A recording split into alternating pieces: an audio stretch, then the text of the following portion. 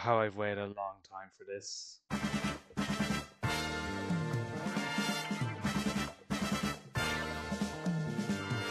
Inazuma 11 Victory Road Heroes is finally here. Sorta. Well, the beta is, and that's good enough for me. I can't wait to play as my favorite character again. Wait, where's Max?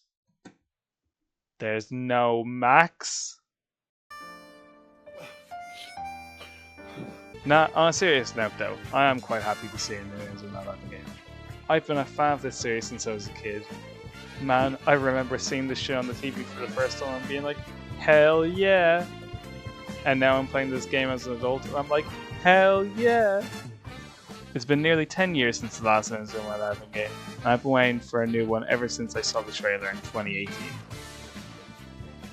Which the game was delayed, and then scrapped, but then remade into something new. So what are my thoughts on the game? Well, considering this is the first Inazuma 11 mainline game on a home console and not on the DS, I was very curious what they would do without the touchscreen and the stylus of the DS there to guide the players. Would it be like Strikers? Would it be like FIFA? Who knew? And is it? Nope. Not at all. This game does everything completely different to anything we've ever seen in an Inazuma 11 game. New features such as mini battles replace the dual commands from previous titles, and mini battles are broken down into 3 different types: focus battles, scrambles, and zones. While they take some getting used to, once you get the hang of it, they add to the enjoyment of the game so much more. Tension has now replaced the TP bar of previous games. No longer do we have to sub off our favourite players because they are no longer able to do special moves due to a lack of TP. Now you can keep your favourites on the field indefinitely. Tension is now gained from the mini battles I mentioned before, with each special move having their own amount of tension needed to perform. Now let's talk about what I hate. Fucking breaches. These are the most stupid, annoying things ever. It's not because I've never scored one, but because of how easy they are to abuse. For those who don't know, a breach is when a shot will randomly beat a keeper, regardless of the keeper's stats to save it. While having a breach is fine by itself, there are certain players that unlock team parameters that will randomly upgrade your chance of getting it. I think at the moment, the current highest thing you can bring it from a 10% chance it is by default is fine, but with team parameters you can bring it up to 70%. If you're taking 7 out of 10 of your shots are just insta goals, it's like, what is the point?